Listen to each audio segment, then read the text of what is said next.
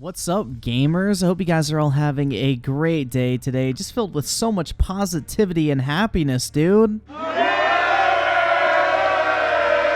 Now, today we're going to be talking about none other than Microsoft versus Sony. You know, Xbox versus PlayStation, the real-life version of the console war is going down in Brazil right now because Microsoft is trying to argue to Brazilian regulators to approve the acquisition of Activision Blizzard by Microsoft. And while Sony is doing everything in their power to try and block it, because to put it nicely, they're basically scared shitless. You know, it's kind of ironic to see PlayStation itself acting just like the PlayStation fanboys did when this news came out, because in reality it just goes to show you that Microsoft is not competing with Sony in any way, shape, or form. Like, Microsoft could buy Sony 10 times over. There is no competition between these two companies, and Sony's trying to do everything in their power to prevent this deal from going through, because they know if Microsoft wanted to, not that they will, if they chose to make all of Activision Blizzard's games exclusive to the Xbox and pulled them off of PlayStation, it would be a massive hit to the platform and could basically almost kill PlayStation overnight, which, you know, a lot of people won't want to hear that fact, but it's 100% true, and Sony knows that it could happen. Again, not that it is going to happen. I don't think Microsoft is dumb enough to actually lose out on, you know, multiple billions of dollars a year in revenue, but hey, you know, it's a possibility. It's not what they will do, but it's what they could do that Sony is terrified of. And it also puts Sony in a precarious situation because, as we'll talk about a little bit later, Sony has a long history of paying developers to keep games off of other platforms and services, so Microsoft could basically use Call of Duty as leverage to prevent Sony from employing that strategy, which is why this whole thing is even more hypocritical on the part of Sony. But, you know, let's go ahead and read Sony's thoughts about the Activision Blizzard deal, just so we kind of get an idea of what's going on here. So this is how Sony described Call of Duty to Brazilian regulators. Call of Duty is an essential game, a blockbuster, a AAA game that has no rival, and a release that can influence users' console choice. Sony says that it's impossible to create a competitor, and even if they could stump up the cost, the series is so entrenched that it would not be able to rival it. Each annual Call of Duty release takes approximately 3 to 5 years to develop, the company said. As Activision releases one Call of Duty game per year, this equates to an annual investment of hundreds of millions of dollars. Approximately 1,200 people work on each version, and another 1,500 are involved in publishing and distribution. Thus, Call of Duty alone has more developers than most game companies employ across its entire development portfolio, even AAA studios. It added no other developer can devote the same level of resources and expertise in game development. Even if they could, Call of Duty is overly entrenched so that no rival, no matter how relevant, can catch up. It continued that the series defines the first-person shooter category and provided comparisons to Battlefield to illustrate that there is no contest between the brands. Players would be unlikely to switch to alternative games as they would lose that familiarity, those skills, and even the friends they made playing the game, the company continued. Even in weaker years like 2021, Call of Duty still managed to outperform most games by a considerable margin. Call of Duty Vanguard, for example, was widely regarded as a weaker than previous year's titles, but was still one of the best-selling games of 2021. In other words, even in a bad year, players remain loyal to the brand and continue to buy the game. Sony also pointed out that Activision continues to recruit for Call of Duty and is looking to expand the series' already significant workforce, further lessening any chance of a rival emerging. So this goes to show you what exactly is going through Sony's mind, which, you know, this is what I've kind of been saying from the beginning. Like, Call of Duty is the game in the video game industry. No other game has ever been able to achieve this level of success with an annual release pattern and just completely dominate a genre like Call of Duty has. And honestly, that is a huge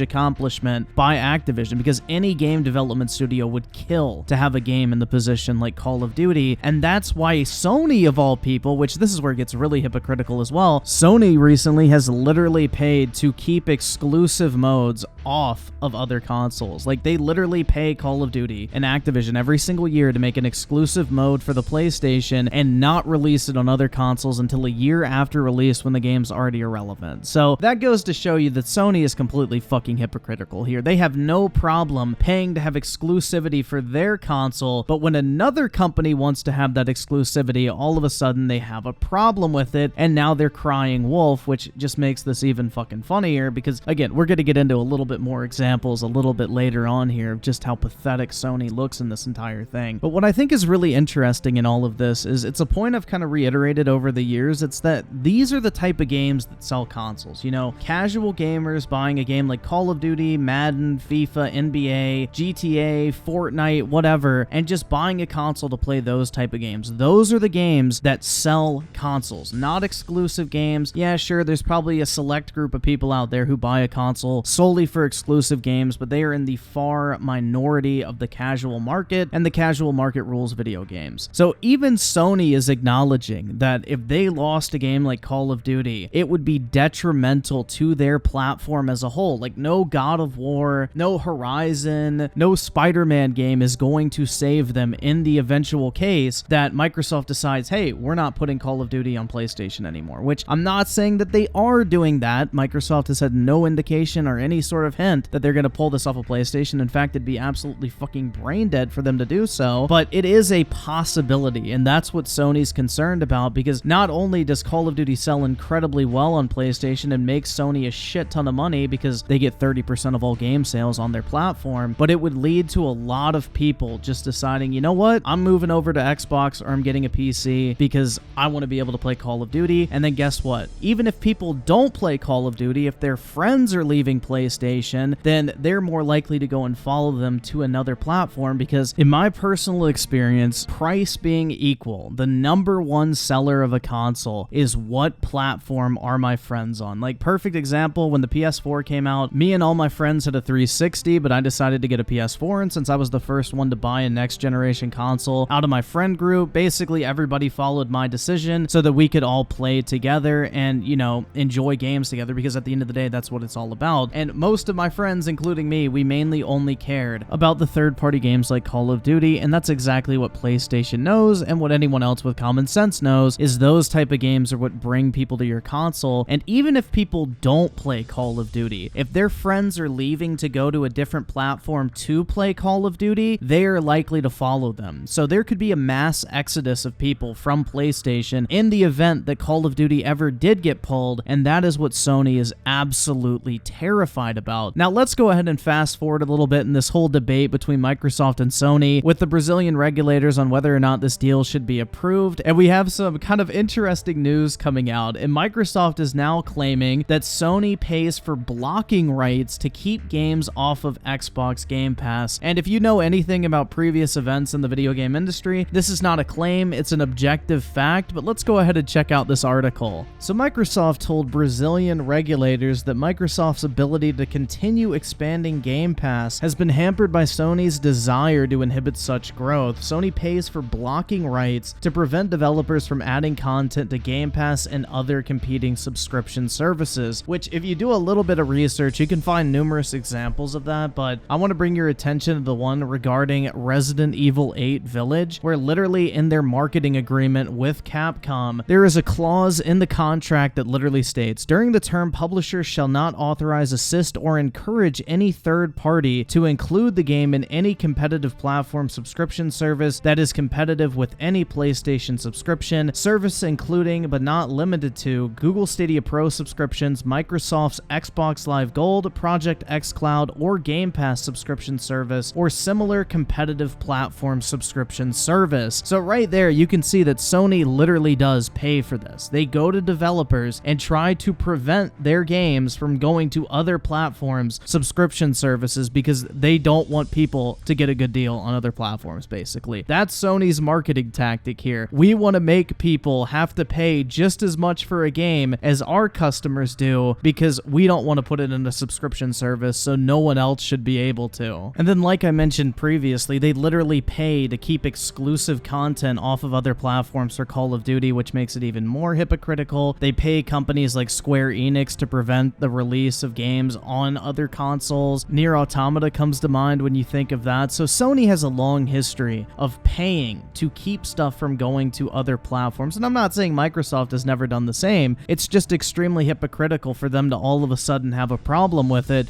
when the shoe's on the other foot and Microsoft's actually flexing their wallet. But just on top of that, Microsoft did reiterate saying that it would not be profitable to not have Call of Duty on PlayStation anymore, which is kind of what I've said from the beginning. It would not make any fucking sense. Like, them putting Call of Duty in Game Pass would make sense. You know, Xbox customers get a huge incentive to subscribe to Xbox Game Pass and buy an Xbox console because they would literally get the new Call of Duty release every single year at no additional cost to their existing Xbox Game Pass subscription. So it would present a huge value, and that would just add even more value to the service. But at the same time, people on other platforms could still go out and purchase and play the games, and Microsoft would still earn money from that. So it's a win-win situation for everybody involved for them to keep Call of Duty on as many platforms as possible. Now, the thing is, though, is it's basically like a 3-ton piano hanging over Sony's head at all times, that once this deal goes through, Microsoft could just say, fuck it, cut the cord, drop the thing on Sony, and pull Call of Duty off of PlayStation, which is an entirely possible situation. Is it likely? Probably fucking not, man. Microsoft has not gotten to the point that they're at right now by making dumbass business decisions, and I just don't really see it happening, because it already would have happened with a game like Minecraft if they were going to take that route with a game franchise that fucking large. So I think there's a pretty good chance that Call of Duty will indefinitely remain on PlayStation. I don't think anytime soon it's going to get pulled, but I think Sony's worried because it puts them in a position of weakness within the video game industry, because they no longer have the leverage to basically get people to come over to PlayStation if they're fans of Call of Duty by paying to have exclusive content. Because now, you know, anytime Sony goes to a developer and says, we will pay you to keep this game off of Xbox, Microsoft can call up Sony and say, you sure you want to do that? Because we have a couple games coming out that your fan base might be very interested in that would really make it look bad for your console if they didn't release. And on top of that, we saw a similar situation with Fortnite, where Epic Games basically forced Sony to allow for cross-platform play because they threatened to pull the game off the platform altogether. So Sony has buckled under pressure like this before, and a game like Call of Duty definitely would force their hand. So I think the main issue with this entire thing is it really damages Sony's like high point in the video game industry and their overall position of power with the dominance of the PlayStation platform, because it just goes to show you that at the end of the day, you can sell as many consoles as you want, but money talks, man, bullshit walks, and Microsoft has the fucking money. They could crush Sony in a minute if they really wanted to, and now the beast is flexing its wallet, and Microsoft is not fucking around at this point. And Sony is rightfully afraid of what might happen if Microsoft decides, you know what, we don't fucking need you anymore. So I think it's a very fair concern on their part, but the fact that all of a sudden they have a problem with exclusivity and games not coming to other platforms is fucking hilarious to me. So I don't know, guys, let me know your thoughts on this entire thing in the comment section below, and if you did enjoy this video, make sure to drop a like on it. I would greatly appreciate it. And as always, I do want to thank you all so much for taking the time out of your day to check out this video, and for all the recent support as well. You guys are the fucking best, and I really do appreciate it. So with that shit said, I will catch you guys next time.